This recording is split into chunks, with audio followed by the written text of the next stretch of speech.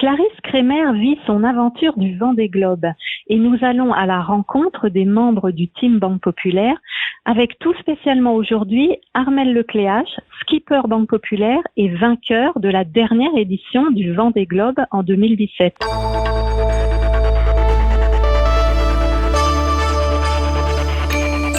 Bonjour Armelle. Bonjour. Pour commencer, Clarisse a franchi le cap de Bonne-Espérance voici quelques jours.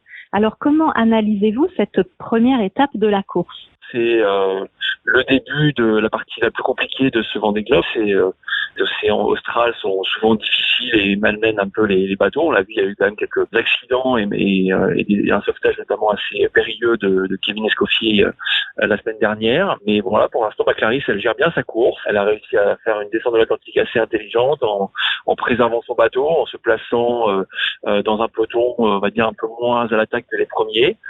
Et aujourd'hui, elle a une très belle 13e place et elle prend ses marques. Déjà l'océan Indien pour elle, alors à quoi va-t-elle être confrontée prochainement ? Elle est rentrée vraiment dans le dur, elle le dit elle-même, on l'a vu à ses dernières vacations, c'est les océans australes, les 40e rugissants, 50e hurlants, donc elle affronte en ce moment des conditions difficiles avec des mers de 5-6 mètres de creux, des vents de 30 à 40 nœuds, donc presque 70-80 km/h en rafale, donc très froid, c'est très humide. C'est compliqué pour elle pour pouvoir manœuvrer, pour pouvoir bien dormir.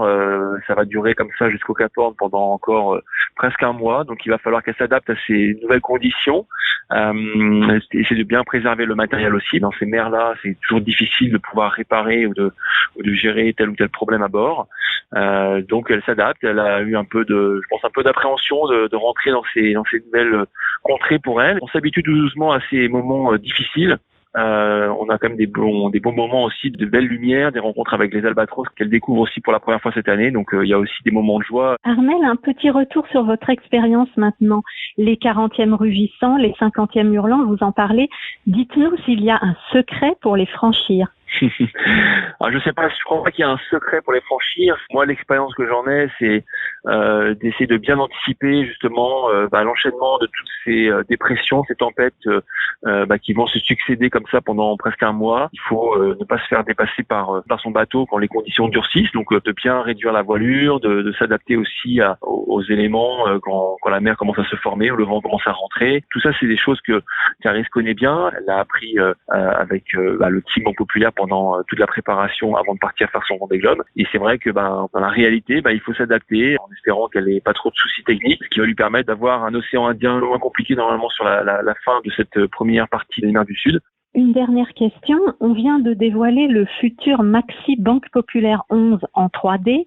Qu'est-ce qui vous a paru important dans sa construction ? Bien sûr, on a travaillé énormément avec le team sur la construction de ce nouveau bateau. On est en plein dedans en ce moment. Ce qu'on a vécu sur la route du Rhum il y a 2 ans nous a beaucoup servi pour améliorer ne serait-ce que déjà la fiabilité du bateau. Ensuite, on a bien sûr travaillé sur la performance. Il nous a paru intéressant de travailler notamment sur les foils. C'est vraiment aujourd'hui l'outil de performance de ces nouveaux bateaux volants par moment. Les foils seront bien différents de ceux qu'on avait il y a 2 ans.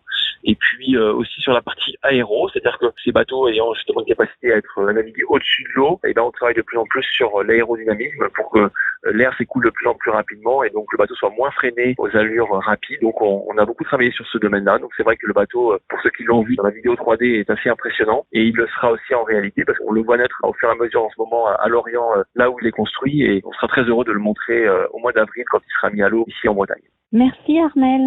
Merci à vous, à très bientôt. Bonne continuation dans ce nouveau projet qui promet d'être passionnant. Et rendez-vous le 17 décembre pour faire connaissance avec un autre membre du Team Banque Populaire. Bonne course à Clarisse.